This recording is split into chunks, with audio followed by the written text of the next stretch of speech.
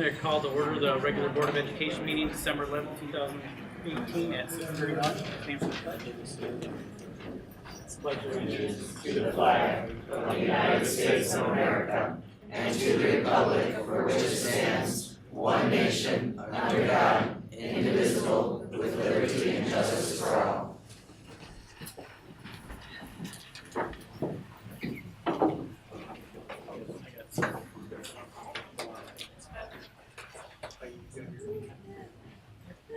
Okay, this is the first opportunity for public comment. A member of the public may address the board briefly for up to 3 minutes or request to be scheduled on the agenda for a future meeting by filling out the How to Address the Board of Education form that is provided prior to each meeting.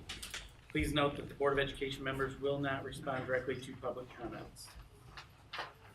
If I mess anybody's name up, I apologize in advance. Hi, my name's Emily Sickler. I'm the assistant principal of Saline Middle School. I just wanted to take a quick moment to say thank you to Karen and Scott for all your work here. I was lucky to teach both of your kids and get to know you in that way, and it's just been really nice to have you on the board, and thank you for your service here. Thank you. Peter Chorchik.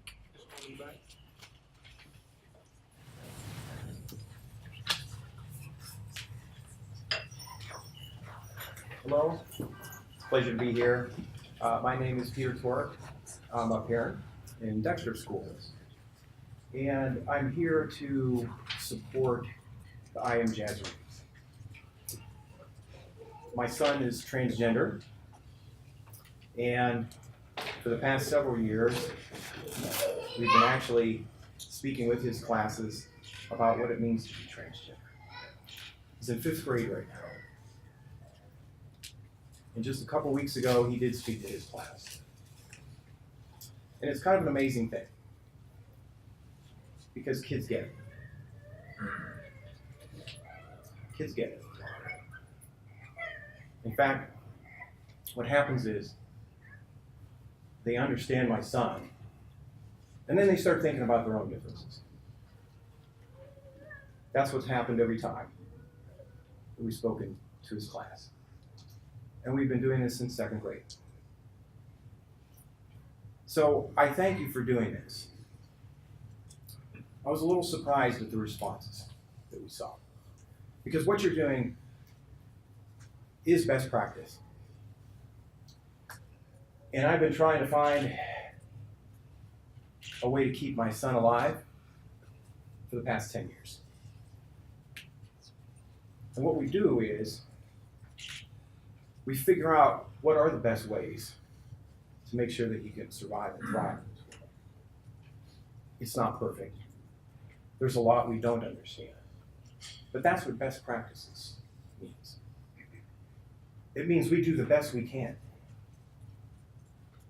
Pediatricians, psychiatrists, psychologists, social workers, educators, we do the best we can to figure out how to get our kids to survive this world. I welcome. Thank you. I welcome any input from people that think that they have a better way to do things. Absolutely welcome this. Because we want our kids to be able to function in this world. But what we found is that one of the best things we can do is just share our stories. I'm an engineer. Believe me, there's nothing I'd like better than to just list the evidence and list the data. I've done that. What we found is that that's not it. We have to tell our story. We have to tell our story and provide the evidence. So I try to do both. So I sent along a letter of support that explains our story and all the evidence that we use to try to make this world a little bit better for our kids. Thank you. Thank you for doing what you're doing. It's very brave. Thank you.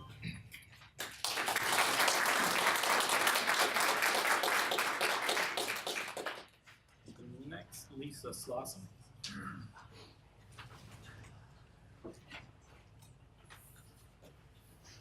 Hello. I'm Lisa Slauson. I used to sit up here with some of you years and years and years ago. I was on the board for almost 9 years, and it was 6 years ago tonight that this was my last meeting, and we were welcoming Karen Delhay to the board. And I think I can speak on behalf of all the former board members. We're so proud of Scott and Karen. You've done such a wonderful job for the community. It's a hard job. It takes a lot of time, it takes a lot of effort, and you have both been great board members. So congratulations and thank you for your service. And to Janice, I was on the board when we hired you. And Janice is the lady that keeps the ship afloat. And that is a really hard job. Those jobs aren't as hard as yours, because you do the money. And thank you for all that you've done over the years. You have served the district so admirably, and good luck in your retirement. So thank you. The last thing I want to say is about the I Am Jazz reading. And as I said, I've been on the board, so I know how hard it is to sit up there. And sometimes it's really hard to be brave. And sometimes it's easier to listen to the loudest, the angriest, the meanest. And sometimes it's harder to listen to the quieter people, the people that aren't saying anything. And so I've always said, and I think Paul can probably vouch for this, I've always said, if you do what's best for kids, then you do the right thing. And that's what you did last week. You know, also to Scott and to Steve, this decision was the right decision. Was it the best decision for kids? Maybe not for everybody's child, but when I came here over 20 years ago, I'm an attorney, and it was important to me that not only do you give me a great education and keep my property values high, but also that you observe the separation of church and state. That's important. That's the Constitution.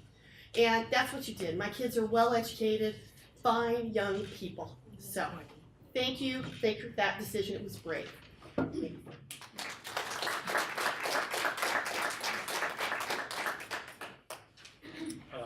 Lauren Gold.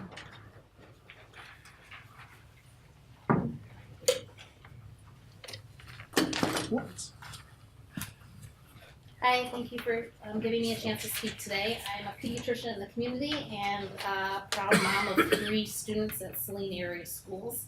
I'd like to thank the principals, the teachers, the school board, and the superintendent for the I Am Jazz reading and for all they do every day to keep our kids safe and learning. I think that this curriculum is important in keeping all of our kids safe. When I weigh the risks versus benefits, like we do so often in pediatrics, to me the benefits of teaching all of our children about being inclusive and being accepting of kids that we know are in the community, that we scientifically know are at higher risk of multiple psychiatric comorbidities, to me the benefit seems to far outweigh the risk. And frankly, I think I take care of several trans patients, so I'm sort of on the front lines to some extent. When kids are telling their parents that they feel different in this way, they often come to a pediatrician like me before they go see the specialists, and they ask me. And over the years, what I've known to tell them has changed. Just like as teachers, over the years, what we've known has changed. And as we change and we learn new things about how to keep our kids happy and safe, we need to incorporate that evidence. And so I'm thrilled that this kind of education will be out there so that our kids can be kind with knowledge. And I really commend the board for doing just that. Thank you.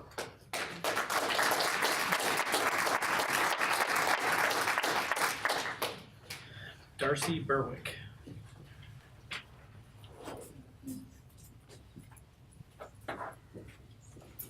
Hi, I'm Darcy Berwick. I go by she, her, hers. Says I'm Viva Rosenfeld, and I also go by she, her, hers. Brianna Knarsulak, she, hers. we worked together on the I Am Jazz reading on Saturday, and I'm here to tell you it was a lovely success. We had almost 100 people here, maybe a little bit more. The room was filled with happiness and so much support and love.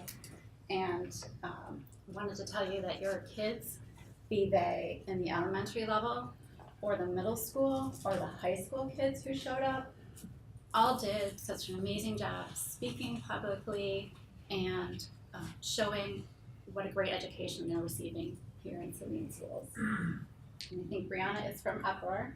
Yes, so I am, again, Brianna, I am one of the 2 senior leaders of Uproar. Abby is the junior leader, my Darcy's daughter. And we co-facilitated it, so we spoke and we made it flow and whatever. And what I had to offer to you is what mostly, some kids, well, one of us wrote thank you SAS, and then we invited people when they came in to sign their name in support and solitude, and this is what we have for you. So I believe you are the board member. So thank you, and if you want to keep it, or Scott really wants to keep it, that would be great. But I'd also want to say something, not as a part of Saline area, Saline High School, not as a student, not as one of Uproar senior members, but as a community member, as a daughter, and as a beloved sister. My brother is also trans, and I can tell you from years of this, it is not an easy road. So having this kind of, what? 1 minute more. Oh. Keep going. You're fine. And so having this type of space, this kind of room being filled with people in solitude, in support, in love, really fills my heart because, sorry. There's been many times where my brother has almost left this world. And it's because of the lack of support and the lack of love and the hatred he had faced in school and out. So I just wanted, and that's why I do so much for the community, is because of him, for him, because he deserves to stay here and to be loved just like any other person, no matter if he is trans, if he is gay, because a human is a human nonetheless. Thank you.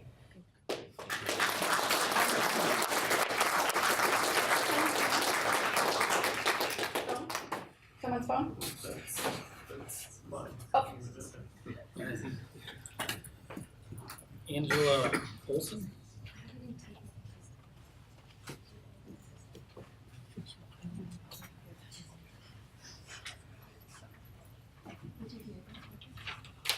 Sorry, did you say Angela Olson? Yes. Okay.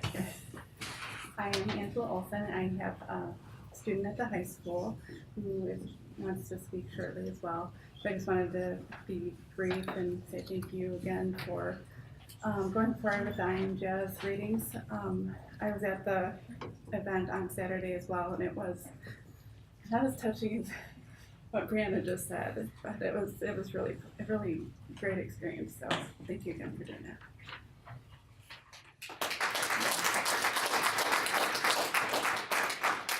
Dr. Kathleen Kelly Alberti.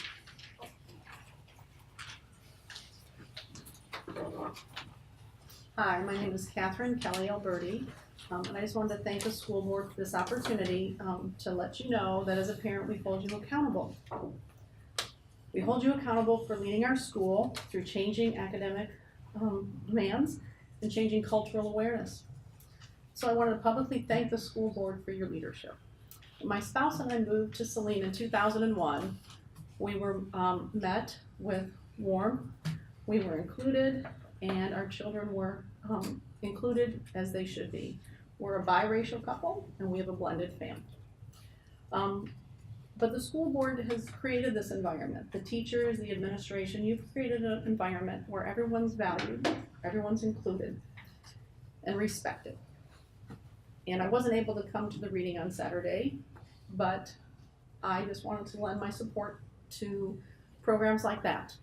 Change is challenging, change is frightening, and change is confusing. And as a parent, it's really nice to be able to rely on the school board and the administration and the teachers to keep us growing, to keep our children thriving, to prepare them for the future. But sometimes the children learn and grow faster than the parents. We struggle to keep up with our kids. But thank you for letting us grow as parents and as a community. And I just hope that we continue to find ways to help everyone be included and thrive and grow. Thanks.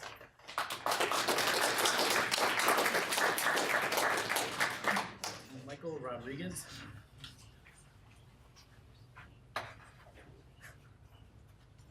Hi, I'm Mikey Rodriguez. I am a 17-year-old junior at Saline High School, and I am transgender myself, so I just wanted to give my perspective from like the transgender student point of view. And I just want to say that this was a really cool event to have. I unfortunately did not attend, but I've heard so many great things about it, and I'm just really happy that there's so much acceptance in this community. For a little bit of background on me, I'm gonna be really honest here. I figured out that I was transgender when I was in 7th grade, and I had a very hard time with it. I started having really bad psychological issues, and I ended up attempting suicide 7 different times in the 8th grade. And I just think it's really cool that we have come such a long way, and I have come such a long way, and I've had an abundance of support from the school district.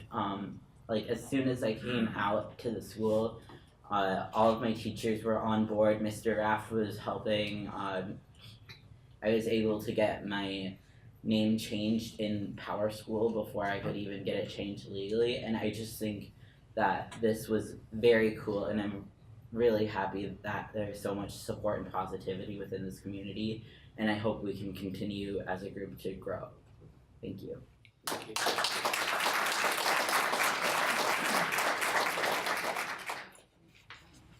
Richard Pop.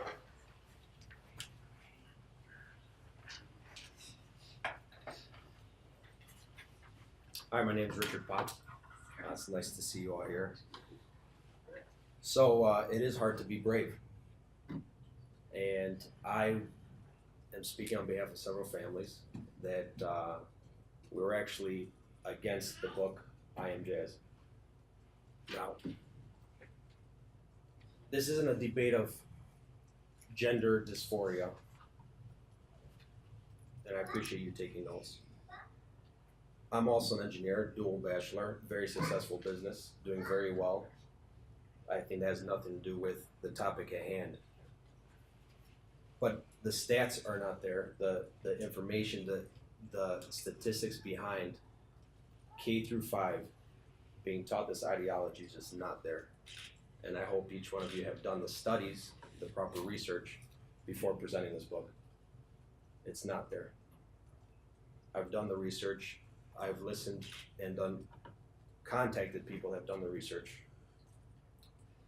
At a vulnerable age between K through 5, we're teaching them an ideology.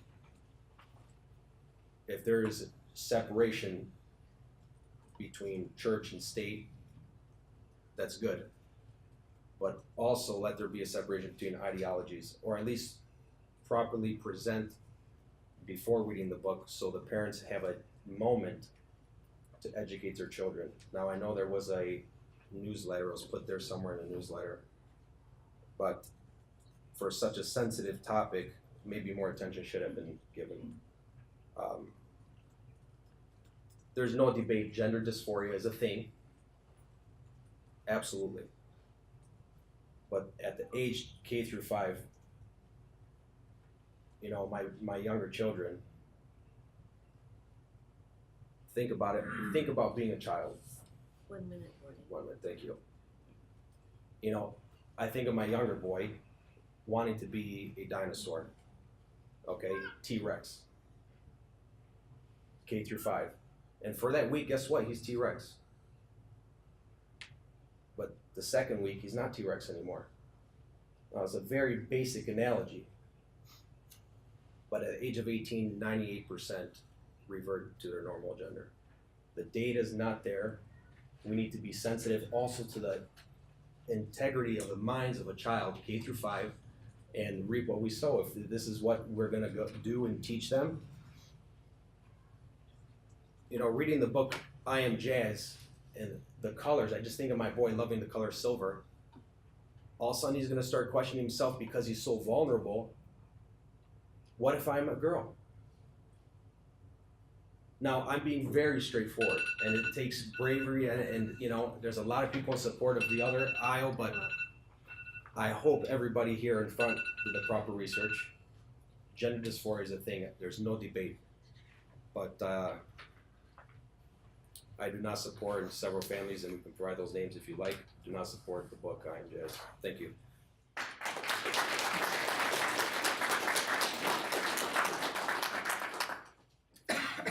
Lindsay Spitz.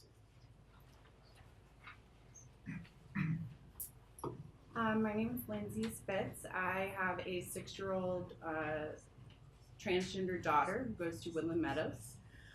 I'm here to say thank you for the readings of I Am Jazz. My daughter told us she was transgender before she knew what transgender was. She didn't read it in a book. She expressed it to us when she was 4 years old. There are kids in K through 5 who are transgender and they know they're transgender. The reading of the book made my daughter feel very supported. It made my family feel supported. And I think that the fear surrounding this issue comes from a lack of understanding of it. And I think that the only way that you fight that is through education and through sharing stories of experience, of people who have lived this experience. And I think that that's why the reading of this book to young kids was important, because my daughter will grow up with these kids throughout her whole adolescence, when she becomes most vulnerable to the issues that some of the other parents and the other teenagers have talked about. If kids can understand her from a younger age, they accept her. They don't see her as this other that they can't understand. And so I just really want to thank you for doing it. It was really important to us.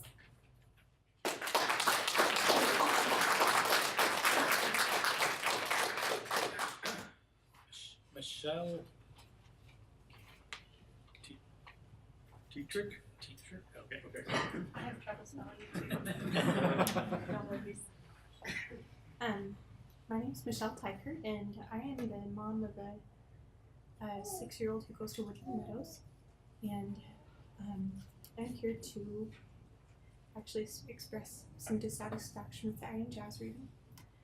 At the same time, I don't want to take away any of the love and the support and the kindness that's been expressed tonight and in connection with this event, because I know that is an essential ingredient in a healthy community. I have a brother who's gay. I have neighbors who are gay. I know of some transgender people. I have a cousin who's transgender. And so I know that this issue is real. And I know that it's real for many families in our community. However, I also feel like there are some different ways to teach love and tolerance and kindness. And that in the future, I hope that that includes more parental involvement, especially before an event like this comes about again. I was disappointed that for introducing this important ideal in our community, that more advance notice was not given to the parents. I feel like it could have been structured in a different way so that it was an outreach for parents as well as children, so that it wasn't just introduced to children but introduced to parents as well. Like, how do we incorporate, how do we make feel welcome all members of our community, no matter where they are and what stage of life they're in? I'd love to see more initiatives in the future for us as a community to gather around those of us who are struggling with these issues. However, I, as a parent, felt like my rights were... 1 minute warning. Thank you. I felt like my rights were stepped over. I understand that the school board did not make the decision, that this came from the county. This came from higher up than you. even so in the future, I would greatly appreciate it if this was a decision made with more parental involvement and more parental interaction. Because as I said before, love and tolerance and kindness are needed. I just don't agree that this was the best way to do it. Thank you.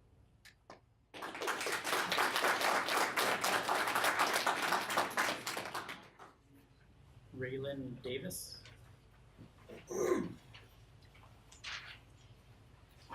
Hi, my name is Raylan Davis. I actually currently have 6 kids in the school district, and there's still 3 more coming up behind, so I have at least 20 years of interest in how our schools are going. I would like to also express my disappointment in how this district was handled this reading. I think there are other ways to teach inclusiveness and diversity and acceptance without teaching half-truths and simplifying a topic that obviously is very important. This school knew it was a controversial subject because you had to notify the parents. Therefore, hiding it in the bottom of a newsletter, I think, did not give it the proper attention that it should have needed. Personally, I also think the apology that Scott Graydon offered us parents on Thursday actually did not address the issues. It felt very dismissive and kind of condescending, like we actually were not heard. Unlike some of these people here, or like some of them here, I actually have taken my son to the psych ER because of teasing and name calling and other things that happened here in the school and here in the community. So I know what it's like to have a son who is bullied. And one of his issues actually is swearing, and he's in the middle school, and you cannot get away from anywhere in that middle school without hearing swearing and hearing God's name taken in vain, and it causes him anxiety attacks and things. Yet if I try to get a book about swearing and taking God's name in vain through the elementary, especially like K through 5, I'm sure other parents would have reacted the same as us, who said this is not appropriate for the kids. We want parental control. We get to decide how our kids do stuff. So personally, I do feel that transgender issues belong in health class. I believe this is an important topic in our community. Parents should have a say of what does and go on, and I hope that we can find ways to have both sides working together. To me, this felt like there's a political agenda being pushed through, even though I don't know who's completely behind it. But I do know from that gender, especially the young ages of K through 5, it's socialized. And so I want my kindergarten to say, I like what I like, I want to have fun, I want to play, and not feel like there's an adult label on him. And so I hope that through a community, we can find ways to satisfy all families, those who are struggling directly and those who have had moral differences, and we can still teach that all are welcome here without causing such a community division, and we can support all the kids who struggle, not just one specific type. Thank you.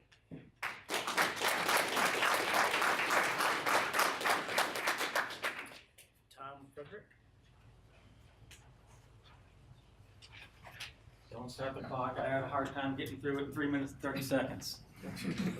Thank you so much for giving me time before you today. I'm a former teacher of 25 years, former science department chair, father of 4 in the district and 3 more on the way.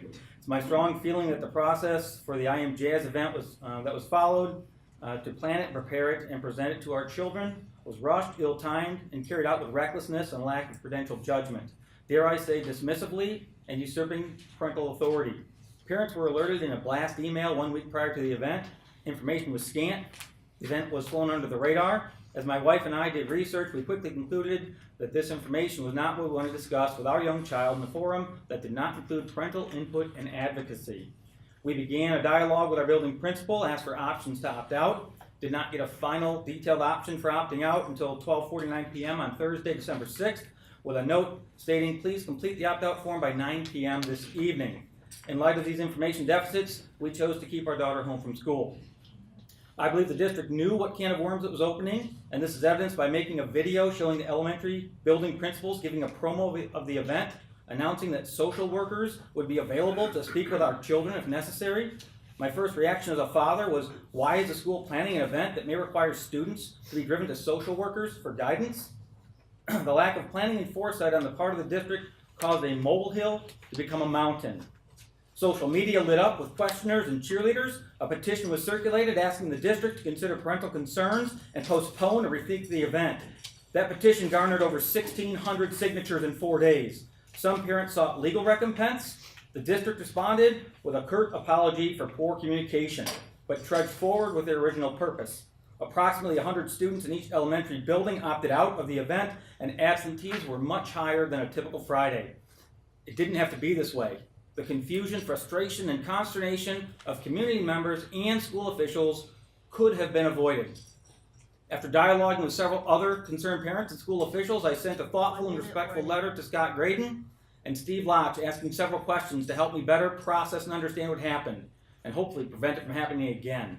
The following day, I received a curt response with one-sentence answers to my questions. I felt it was dismissive and disrespectful, just as was the planning and carrying out of this event. Mr. Graydon ended his cavalier response by misspelling his own name. I submit to you my questions and his answers, and I ask that you, the board, thoughtfully and respectfully prepare a response. Aside from the administrative train wreck the event was, my saddest takeaway was the comments by some on social media labeling concerned and responsible parents exercising their parental rights and wise judgment as bigots and haters. I am flummoxed by such a response. In the name of tolerance, will we justify any level of intolerance?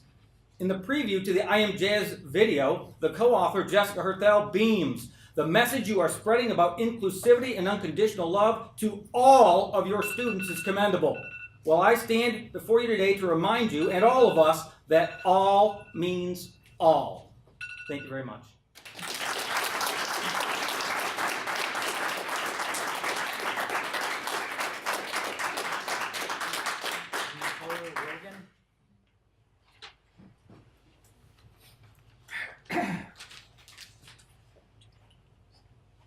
Hi, I am Nicole. I'm the parent of a Saline Woodland Meadows student and 2 Saline Middle School students.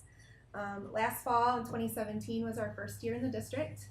My experience has been that so far with teachers and administration, we have had open communication.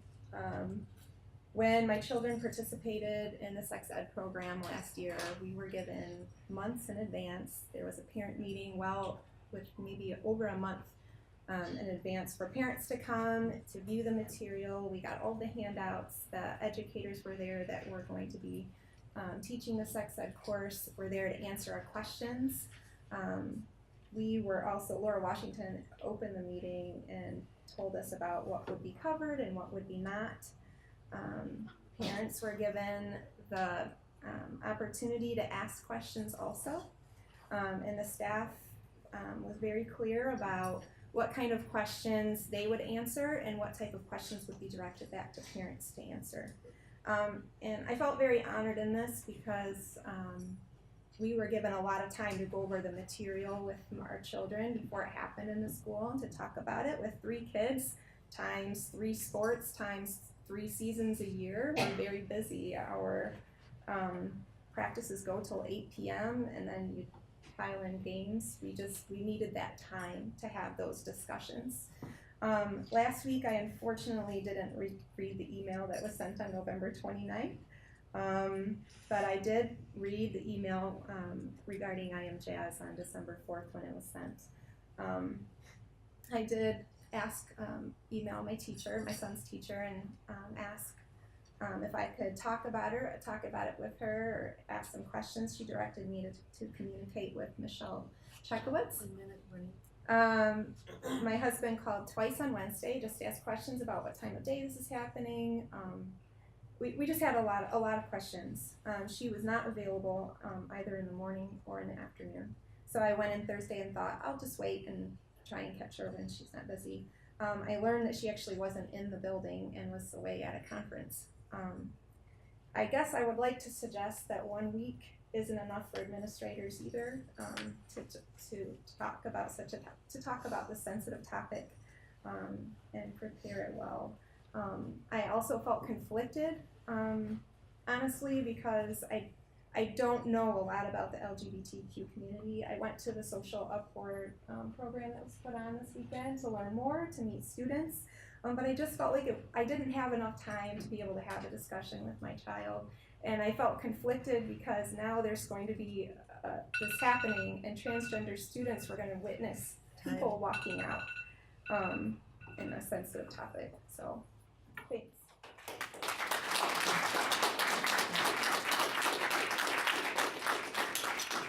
Roy Grove.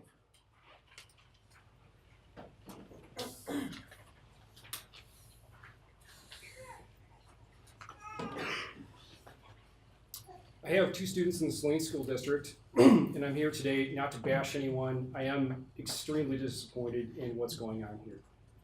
First, I'll say I've never been to a school board meeting before my entire life. I'm obviously motivated to be here. I feel deeply for the parents who struggle with this, who have children in this, who struggle with transgenderism. I'm not here to beat them, I'm not here to condemn them. What I see, though, is that quite simply, we're now promoting as a school that if someone has intense, persistent feelings, desires, and thoughts, that defines reality. I'm going to say that again. Intense and persistent feelings, desires, and thoughts somehow defines reality. We heard some people saying their 2-year-old knew they were a girl when they were really a boy, or vice versa. 2-year-olds don't understand gender. They're starting to get a sense of it. They can maybe identify boy, but they don't know what they are. Something's terribly wrong when 2-year-olds are telling us what reality is. I want that to sink in. So let me give an example. Suppose there's some apparently evidence, and a man is 30 years old and says, I'm a 14-year-old. He has intense, persistent feelings. He knows he's a 14-year-old. He acts like a 14-year-old. He dresses like a 14-year-old. He still lives at home with his parents. And he says, I'm a 14-year-old. Make me a 14-year-old. I want to enroll at high school. And it turns out there's a lot of men in that age group that say, I want to enroll in high school. Do we somehow accommodate that? Because he has intense and persistent feelings? There's apparently some sort of evidence that, yeah, even he has the brain of a 14-year-old. Does that define reality? Do we let him into the school? Do we excuse him from statutory rape laws and felony laws because he has these intense, persistent feelings? I feel deeply for parents who struggle with this with their kids. And we can only guess at the factors involved. There could be abuse in the home. There could be a chemical imbalance. I don't know. The human mind is incredibly complex. The biology, the chemistry that goes on. We need to look into that before we start telling people that, yes, Johnny is really Jackie or Jackie is really Johnny. It's something that we should investigate, absolutely. I want these people to get great care and support. I'm all in favor of that. What we should not be doing, though, is telling people that this is fact, that the 3-year-old knew that he really is a her. That just doesn't make any sense to me. We have to be the adults in the room and reach out to these people and work with them. And likewise, I would like them to reach out to us and work with us, not against us. Thank you.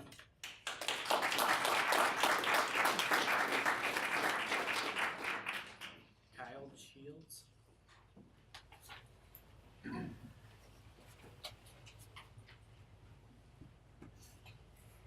Hello. I think this whole situation could have been handled differently for everyone involved if it were more towards kindness and respecting others. I think there's an easy way to include a lot of this stuff if we just simply work on kindness and respect. I mean, that's what I teach my kids. That's what they work on. That's what they know. They're not going to be mean to children. They're not going to be mean to other people. I think that is the most important thing with this whole thing. So I don't agree with what Saline Schools did. I do not appreciate it. I think there's a better way to handle it. So.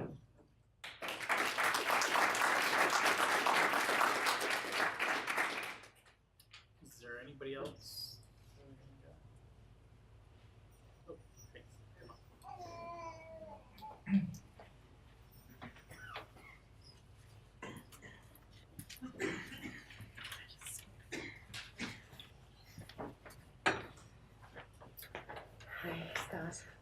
My name is Missy Hawk, and I've lived in the community 27 years, and 4 of my children graduated from Saline schools. I haven't been involved a lot with the school since they graduated, but how could you not hear about this big uproar in our community? The first thing I did when I heard about it is I went to YouTube and watched the video. I am Jazz. and I found out that they were reading it to kindergartners through 5th grade in our schools. So I thought, okay, underneath the video, it said that Jazz was a youth ambassador for HRC. So the first thing that came to my mind was Hillary Rodham Clinton. That's where you see the HRC. So I went and started researching HRC. Had nothing to do with Hillary, but here's what it is. It's a 501c3 organization, and it's known as the Human Rights Campaign. It's the largest national lesbian, gay, bisexual, transgender, and queer civil rights organization. They are strong advocates throughout the United States and the world, the UN, the World Bank, to protect and defend the human rights of LGBTQ people around the world. The HRC campaign fund's mission is to provide financial support on behalf of gay and lesbian community to political candidates who support the gay rights legislation. It's a political organization. HRC PAC is among the nation's top-rated PACs, 17th largest PAC in the United States, and that's who was promoting this. It was a political agenda. Everything I'm saying is on their own website. All you have to do is go look. It didn't take me long to do the research. The point in me detailing all this is not done. 1 minute. Okay, is not to talk about bullying. I think if you look at their website, it flat out says they call it school bullying. Kids are bullied for a lot of reasons in our schools. That's the issue that needs to be addressed. Not just for transgender. There's no excuse for bullying a child that feels they're a different gender. There's no reason, but there's no reason to bully a lot of people. It shouldn't be focused on that one issue. I'm gonna stop now, but I just wanna say one last thing. Under the video, it says Jazz is a HRC youth ambassador, and she calls herself a teenage activist. What is an activist? It's someone who vigorously advocates for a cause, especially a political cause. When I don't think politics belong in our school, except when you guys are running for school board. And I definitely don't think kindergartners through 5th grade need to be involved in a political agenda. Thank you.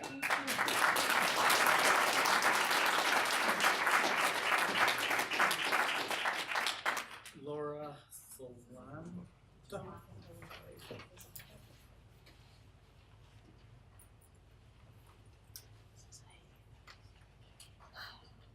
I'm Laura Salanta. I have a daughter at Heritage. We actually come from quite a large family of Salantas in the school district.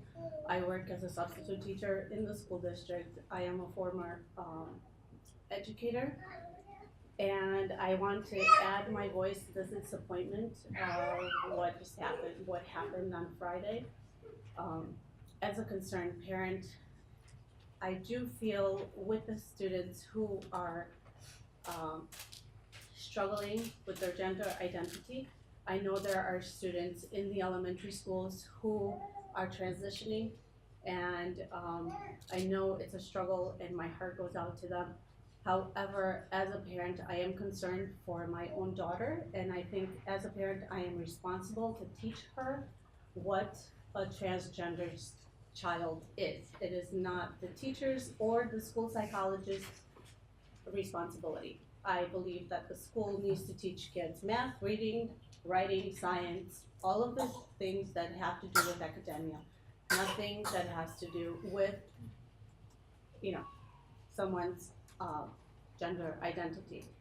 However, with that said, I have another issue that I would like to bring before you. As my daughter transitioned into Heritage, I feel like the administrators for Heritage, maybe the middle school and the high school, I am not quite familiar with the middle school and the high school, are not quite ready for the transgender children that are coming from the elementary school into their schools. With that said, that has to do with the restroom. In K through 3rd grade, they have their own bathroom in the classroom. However, starting in Heritage, they have boys bathroom, girls bathrooms. I recently found out that my daughter was in the same restroom with a transgender child. As a parent, I'm not comfortable with that. Even if this child wears a skirt, he is still a boy. And that is not right for my daughter to be in the same restroom with a child of a different sex. I addressed this with the principal, and I was told that they have the right to go to the restroom that they identify with. And I said, okay, so what is my child's option? Her option is to go to the office. So now I ask you, where is the law that protects my child, that speaks on my child's behalf? And if there's nothing put in place, I beg you to start putting something in place for these children. Because as they move on into high school and they have to take gym and they have to take swimming classes, I will not be comfortable with my daughter having to shower in the same locker room with a male, no matter what kind of clothes they wear. Thank you.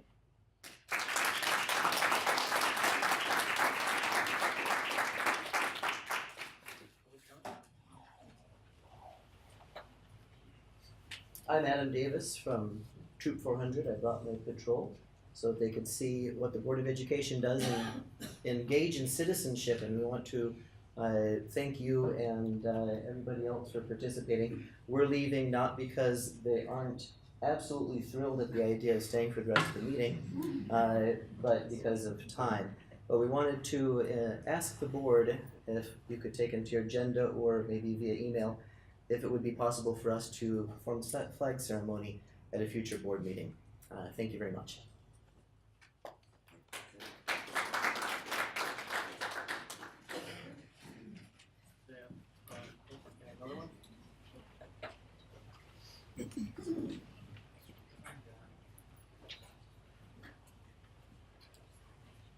Hi, I'm reading this for a parent that couldn't be here tonight, and her name is Charity Schaefer. She has 2 children within the district, one in elementary school and one in high school. She says, I would like to commend the school on reaching out to various groups of people. As a parent of a transgender 10-year-old daughter, I appreciate the support we have revered from the school. I am a mama bear and will do anything to raise my child in a supportive, nurturing, respectful environment. So many friends and family in the community have shown their support, and I could not be more grateful. The same support and respect shown to moms and kids of autistic children, children with ADHD, children with depression or mental illness, children whose parent has passed, disabled children, children from another country, children from another religion. I, like any other parent, ask that although you may not agree with me, you respect that all I am asking is I raise my child with what they need to succeed. And acceptance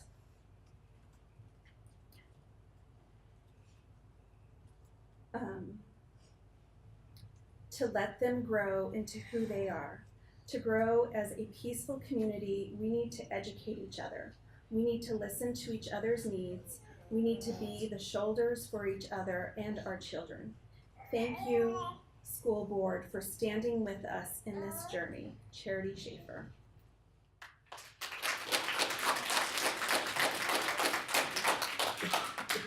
Daniel Luger.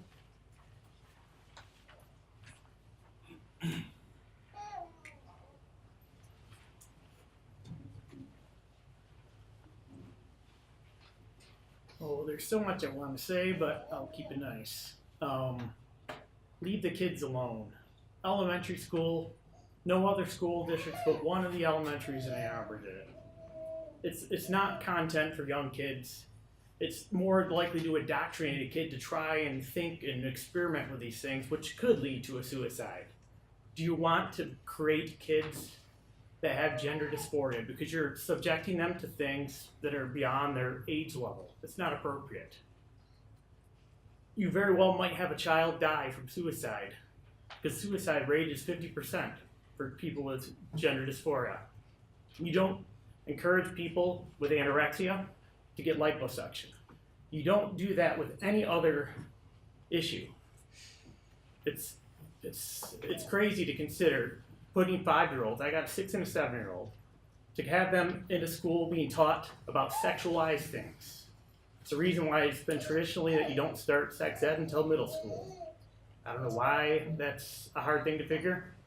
I understand people want to advocate their lifestyles. They want to advocate so everybody's tolerant. But I don't think it's a tolerance issue. I think it's an advocacy for a lifestyle. And it's starting in elementary school is very not appropriate. I find it absurd that you're sexualizing young kids. Even Ann Arbor schools knew that that's not the place to go. And they're a very progressive school. They know that elementary was too young to be pushing this kind of agenda. And that's what it is, it's agenda. So we were disturbed to find out about it. We knew it was a matter of time. Planned Parenthood had been trying to bring it in here, and they brought it under community health. It seemed like the board, whoever it is that did it, is looking for an opportunity to bring in their political ideologies and their religious ideologies and teach all of our kids. I'm sure you wouldn't like my ideologies taught to your kids, and why don't you respect those that don't like these values? 1 minute warning. Thank you.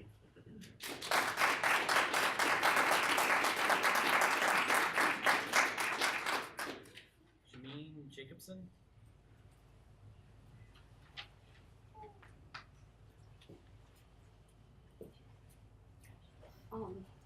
I own a daycare and a preschool in Ann Arbor, Saline Road for 10 years now. I look myself as a children's advocate. We went through so many children, we love them all. We have children with some special needs children, we have challenging behavior children. We love them all. We teach our children to accept, respect all them, and we totally against the bully.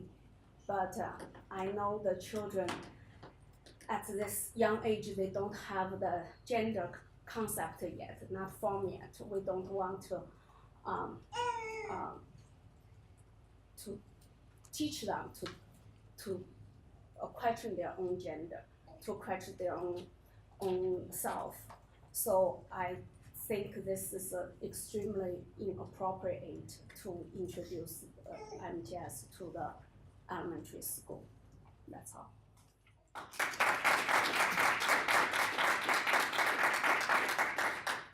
Anna Salanto.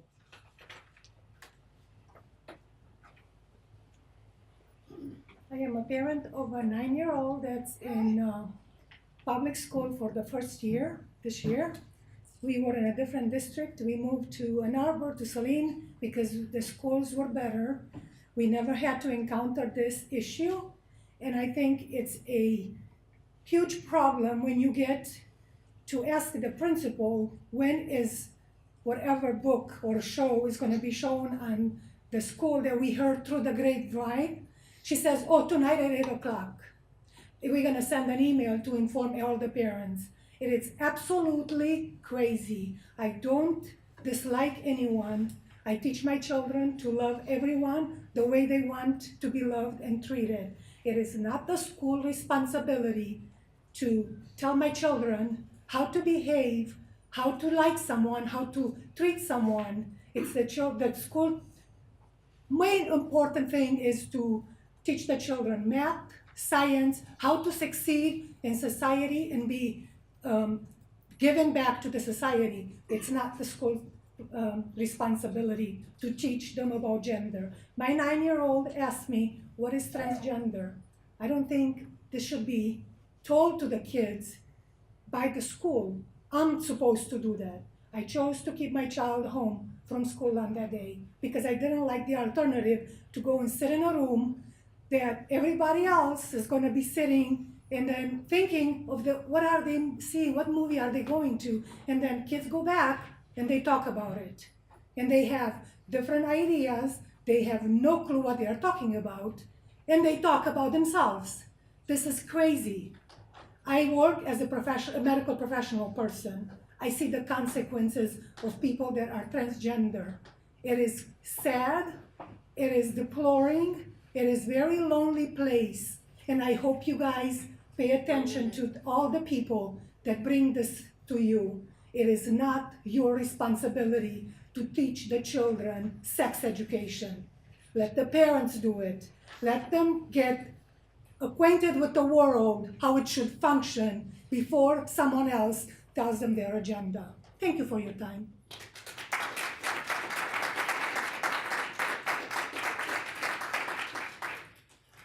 Is that all the public comments? Okay, administration.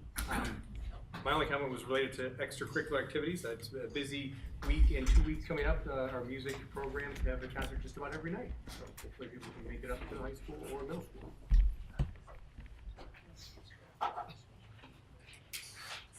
Board of Education members? On January 31st at 6 o'clock, the Michigan, the MA, the Washtenaw Area School Board Association and the superintendents are having a presentation on the Michigan School Finance Research Collaborative. And so we just got notification of that date, and to remind all of you that that will be happening. So if you can make it, let us know so we can let the WASB know. And then Foundation for Saline Area Schools is working on their exciting grants process. So they're going to be preparing wonderful Christmas presents for the grants that they approved this morning. And then on February 2nd, the Foundation for Saline Area Schools is having their big fundraiser, Snow Blast, on February 2nd, and we would love to have people out in the community to join us for the Snow Blast. That helps fund teacher grants for all the schools and all the wonderful programs that they approve and support the schools with. So that's all I have. Monday morning, we had our legislative coffee up at the WISD board, and I'll make it really, really short. We discussed a great many issues that are happening in this lame duck session, including the A to F designations of schools, and also the report from the School Finance Research Collaborative. It's going to be expensive to do education well in this state, and our incoming governor-elect is focusing on those issues. So I wish her all the best, and I wish our state all the best. We have a lot of work ahead of us. So.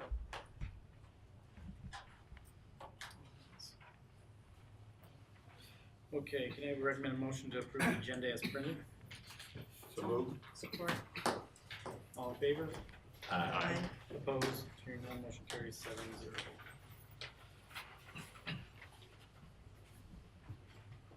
We're gonna be entering closed session, and we will actually, the board will be up early. So can I have a motion to enter closed session for the Board of Education at 7:29 p.m. with the intent to reopen session at probably say 7:50-ish or so. For the purpose of attorney communication. Support. Board President Austin, aye. Trustee Delhay. Aye. Trustee Hummel. Aye. Vice President Heineck. Aye. Trustee McVeigh. Aye. Secretary Faunus. Aye. Trustee Valente. Aye. Motion carries 7-0.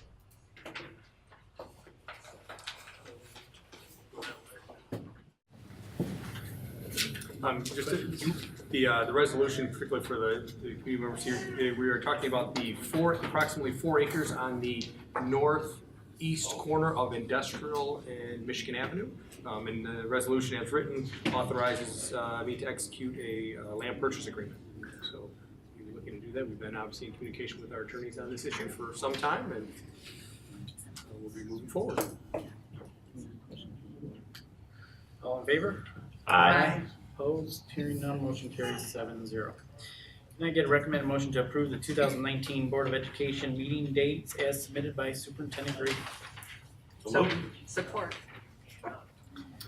Just of note, we've added an August meeting. We typically have one, we'll have 2. That will give us one right the first Tuesday of the school year, which will be August 27th. This first day of school will be 26th to 27th, will be that first Tuesday of school. Superintendent Graydon, are these carved in stone, or are there any that we could maybe They could be, negotiate over. yeah, they could be moved. I mean, this is literally the action tonight sets the agenda, and if we want to make changes, we could. There's one in the summer that I'm interested in moving, but we can talk about that later.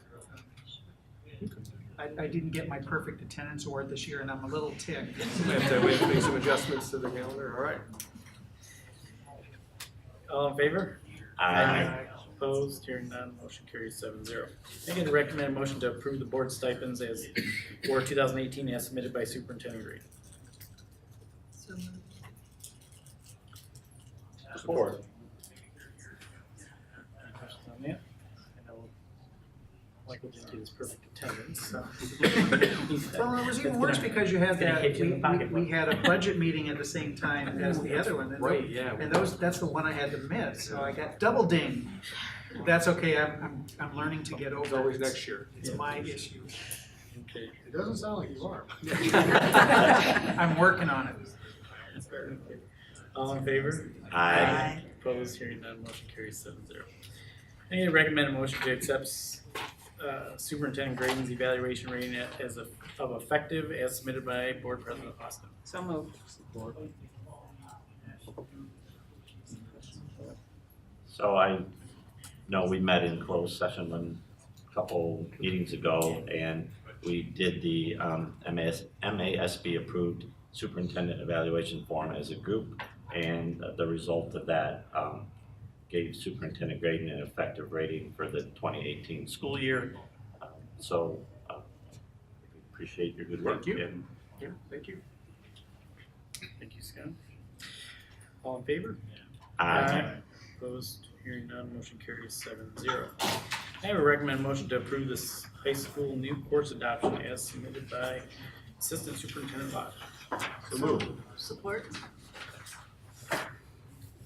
Hey, if everybody can take a look at the course sheet, it's double-sided.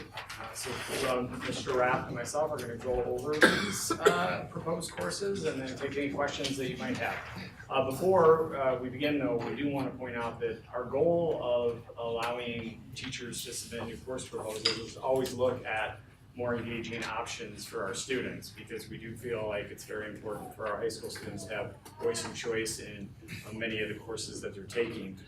In addition now, we are asking teachers to make a connection with their course proposals to the compass and the learner profile, which all of them are doing, because we do feel like it's important for us to recognize how they are going to make that connection with students, as that's one of the vision points for the district.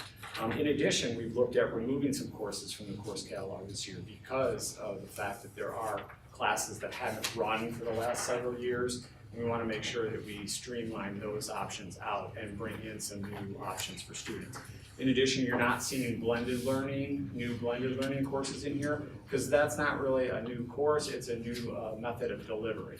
And thus we already have some blended learning courses going now. We're feeling like those are going well, both from the teacher perspective and student perspective. And then we'll continue to encourage teachers that are interested in that format to look at that for an option for next year and beyond. And it's also important to know that when we submit new course proposals, even if they make it into the course catalog, they only run if the student interest is there and we have enough students wanting to take a course like that. So with that said, we're gonna get started. I'll begin with the first one. It's Android app development, submitted by our computer science teacher, Blake Foster. And really this is an extension of saying, after students have maxed out computer science options, creating apps is a really engaging process. And often students that have already taken a couple of computer science want to take another one, and this is for that opportunity. Yeah, and just to clarify, the ones that are, the teachers that propose these does not mean that they're teaching these classes, they're just proposing it. One of the things we did ask is that if whatever class they propose, that anybody that's certified to teach it will and may be able to teach the class. Next one's international service travel, proposed by the English department, Jen Denson. We have a number of students that do international service related projects and travel during their high school career. This is more of an online independent study class where the students who would be taking an international trip or a service trip would have a chance to work a semester preparing for that trip, do a little research on it, and it would tie into where they go when they come back, and it would be an online course that would be an elective credit for a student. The next course is digital media design. This is our digital media arts class, kind of a combination of graphics 1 and video 1. And the two teachers that teach those classes right now currently are looking at a little bit down the road that when you come out of high school or you come out of college and a career, they're looking for people that can do multiple things, not just one area of expertise. So their example was when you go to a wedding, they prefer not to hire necessarily a photographer and a video person. They're hiring both. And then, so they kind of they're going to work this thing as a co-taught class. They have not talked necessarily how much of it will be blended or not, but their labs tie to each other, so it's kind of a good opportunity to kind of teach for the future a little bit more than necessarily having one area of expertise in graphics or one area of expertise in photography. It's kind of or video, so it's kind of combining all three. The next course is Exploring Race and Ethnicity. This is from one of our social studies teachers, Brian Lampman, and it's an introductory look at the study of race and ethnicity. It talks about equipping students with a better understanding of the constructions and narratives about race and ethnicity and how they play out in shaping our society. And I know he's excited about that being an offering. Next class is a Introduction to Baking. Proposed by Chef Musto. Currently we have an Intro to Foods class. This would be a class that we offer not only another elective for our freshman students, but we have obviously a large culinary program. This is an example of him being able to utilize the baking side of his program right now. So, is this a 1 semester class? yeah, it'd be a 1 semester class. They can do all that in 1 semester? Chef will get it done. Okay. I just want to be on the sampling and class. So. You watch some of those cooking shows, he's a little bit like some of those chefs. Oh, I'm sorry. Junior Capstone Blended Learning. So this is a class, it'll be a Try-3 class only for juniors offering. It's kind of an intro into our capstone program, an opportunity for them to either experience what a service learning program or a class would be like, maybe give them an interest if they wanted to take capstone or not, gets them involved. Again, like we said, we have a number of students that started even as early as a freshman that are doing service-oriented programs, really ties to what we do from a globally connected portion of it and also just locally. A lot of good things that our students are getting involved in, so it would be an intro with 1 semester. So this is a blended learning class, this one here. Yeah, this would actually, but it's a new. This would be a blended learning course. course. It's a different course that we haven't had before. So they have like 2 days of instruction classroom inside and then 3 days out, but the outside could also be tied into technology, but they do a lot with Habitat for Humanity, they maybe do other service-oriented projects.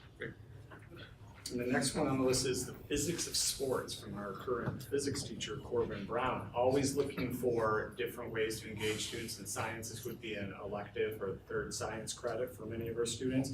And this would focus on physics concepts like force, momentum, acceleration, and how that plays out into understanding sports. So here he's taking a passion of his in sports and athletics and figuring out ways in which students could apply that in the physics world. So interested to see this course moving forward. The next one on the back is Project Lead the Way Medical Interventions. And this follows in the sequence of students who have taken biomedical science at Project Lead the Way Human Body, so they're in that biomedical field. This would be the 3rd course, and the main focus here is they're all simulation based. This takes students through a walk in a fictitious family, and if you look at the first sentence there, it talks about investigating to prevent, diagnose, and treat disease. So they walk students through a simulation throughout the course in medical interventions. The next one, Applied Science class, would be a freshman class offering, would take the place of our Earth and Science class that we currently have. And really Earth and Science is more of a sit and get kind of a class, and this is really going to be a project-based learning program class for kids that, these are some students that come in, they're not that excited about actually science or potentially school in general, but it would be a nice way to get the students involved in projects and really more hands-on, high-energy class that the staff, actually our science department was very excited about creating this programming class for our students and try to really get that excitement and interest in sciences. Okay, and then that concludes the high school course offerings, and then we have 1 middle school class to talk about. But before we move on to that, does anybody have any questions about courses or anything they'd like to know about? Are these gonna make it to next year's schedule, or it's just future planning? Yeah, they make it to next year's schedule, it's just they would, you know, if only 8 kids sign up for a specific course, it likely wouldn't run. Well, I guess my question was, it'll be available. It'll be next year. available, right. Okay. Right. How many classes are you discontinuing? A fair amount more than this. Yeah. I want to say it's around 15 that haven't run for a while. And the reason why you say, well, why would you want to eliminate? Because when counselors are trying to schedule, it's very complex. And even if we get to 72% effectiveness on the build rate, meaning 72% scheduling, that's considered a great success. And then we still need to move, you know, all sorts of things around to complete a schedule. So the more classes we get out that aren't really being run, it helps in the scheduling process. I guess what kind of things are you taking out? I'm just curious.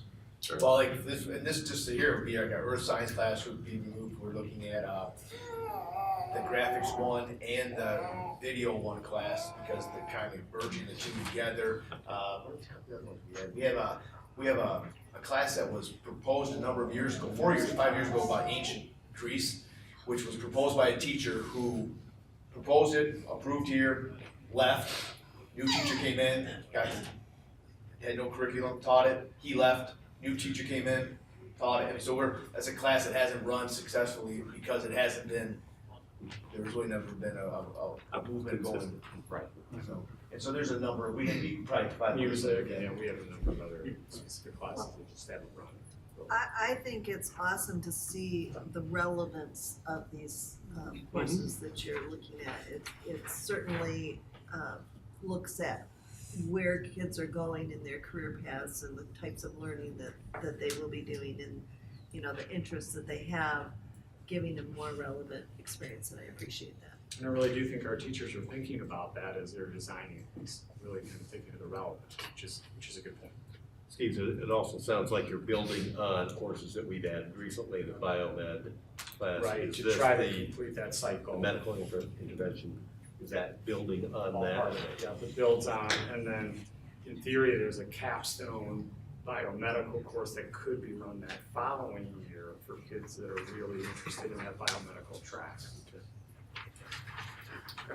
And then the last one is actually a middle school course that Principal Vizu and myself have discussed with Blake Foster, also our computer science teacher at high school. Now this is a good example of this might not be run by Blake because this is a course that's supported by code.org and the curriculum is all delivered in an online format. You need a teacher to deliver it, but it may not be Blake. But Mr. Vizu points out that this is something that kids talk about all the time. They love coding and would like that as a elective offering and feels like there's a place for that at the middle school moving forward.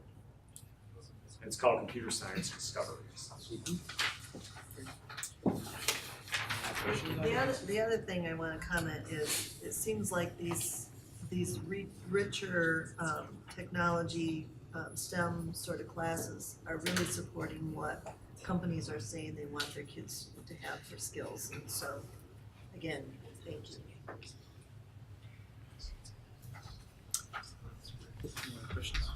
I guess I had one. In the past, Mr. Raft has presented other courses to us, and we don't really get a sense of which ones got traction, which ones made it, which ones attracted a lot of students. I'm wondering if we can have in future, about the same time, or some sort of report on how the courses have done. Otherwise, I'd appreciate that. Is that relatively easy to do? Yeah, oh yeah. Yeah. Because a lot of these courses sound great. I've already texted my wife and said, intro to baking. Push Mr. Heineck out of the way and we're there. Plenty to go around, But I mean, if that takes off, maybe, intro to pastries, intro to, but I'm really curious to see how the other courses have done. It's kind of a life skill too that kids need to learn. Good. Thank you, Mr. Rapp. Yeah, thank you. All in favor? Aye. Opposed? Hearing none, motion carries 7-0. Discussion items, the board self-exam evaluation by President. So I emailed out the results of our board self-evaluation earlier, about an hour before the meeting, I guess, because I couldn't find one of the documents. And there's also a document that has 4 years worth of results. So we're, fairly consistent across the gamut of all of our questions and answers in the results. So we'll probably pick out some of the things that need improvement and do those at the board retreat in January. So thank you everyone for participating. Thank you, Paula, for organizing this. Board Policy Committee update, Vice President Heineck. We met a couple weeks ago. We went through all of the fall updates from Neola. There were a lot of similar ones. Updated some legal things that happened, and we got through about 2 inches of updates in about an hour or so. So it went well. So those will be coming shortly to be adopted to the policy manual. Patty, how are they typing them up as we speak? They're thinking about it. Okay. Thank you. Can I get a recommended motion to authorize the following items as part of the consent agenda? A, approval of regular Board of Education meeting minutes of November 27, 2018. B, approval of Board Policy Committee meeting minutes of November 26, 2018. C, approval of payment of general fund accounts payable of December 11, 2018 in the amount of $307,975.36. D, approval of payment of Series 1 bond fund accounts payable December 11, 2018 in the amount of $134,874.80.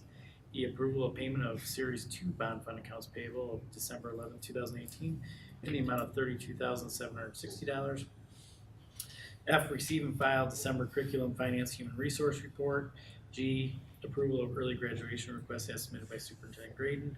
H, approval of the following field trip as submitted by Superintendent Graydon. Field trip number 79, GAPP exchange trip to Lindsberg, Germany on June 19th through July 11th, 2019. All in favor? Aye. Opposed, hearing none, motion carries 7-0. Items scheduled for the next agenda. There will be our organizational meeting. Swearing in a couple of new board members. Okay, this is the last opportunity for public comment. I'll keep it short and slow down. As Scott and Janice are aware, there has been a recent FCC ruling which could potentially affect PEG funding, which is the major source of funding for SCTN. There's not much you can do at this point other than issue letters regarding your opinion on the matter, and that's open until December 14th. So if you feel that SCTN and the collaboration between the cities and schools has been beneficial for the community and the schools, I'd urge you to look more into that and send a letter. And by all means, if you have questions, I'm not the most educated person to ask about it, but I can give you the rough rundown on what's happening. So I'd like you to check that out. Thanks. Thank you, Chase. I'm going to do public comment from here. I'd like to thank Trustee Hummel, Trustee Delhay, and Assistant Superintendent Warner for their work over the years. It's been great serving on the board with you two and working with Janice all these years on the budget numbers. So enjoy your retirement, and I know Janice is looking forward to a little bit of relaxed state. She can hardly sit still. She's almost done. So thank you for all you've done. Thank you. Can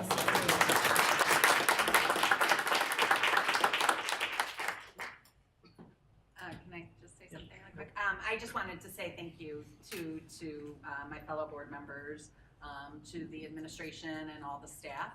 I think we really live in an excellent school district. I believe that this administration cares for every child that goes through this school system. And I know that the board does as well. We are all here not for a personal agenda. We are all here because we care. And I know that our new board members feel that way as well. So I appreciate everyone who came forward today and spoke. I know it wasn't easy to do. and I'm so glad I got to be here for this at my last meeting. But I think going forward, everyone should understand that we have a wonderful thing in this district and cherish it. So, thank you.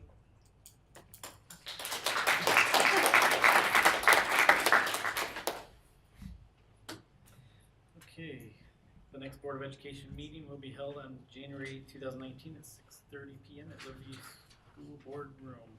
We will be entering closed session. Enter closed session of the Board of Education at 8:08 PM with the intent to reopen at probably 8:20 for the purpose of, I'll enter at 8:10 for the purpose of collective bargaining. We will not take any action afterwards. Board President Austin, aye. Trustee Delhay. Aye. Trustee Hummel. Aye. Vice President Hack. Aye. Trustee McVeigh. Aye. Secretary Fanis. Aye. Trustee Valente. Aye. Motion carries 7-0.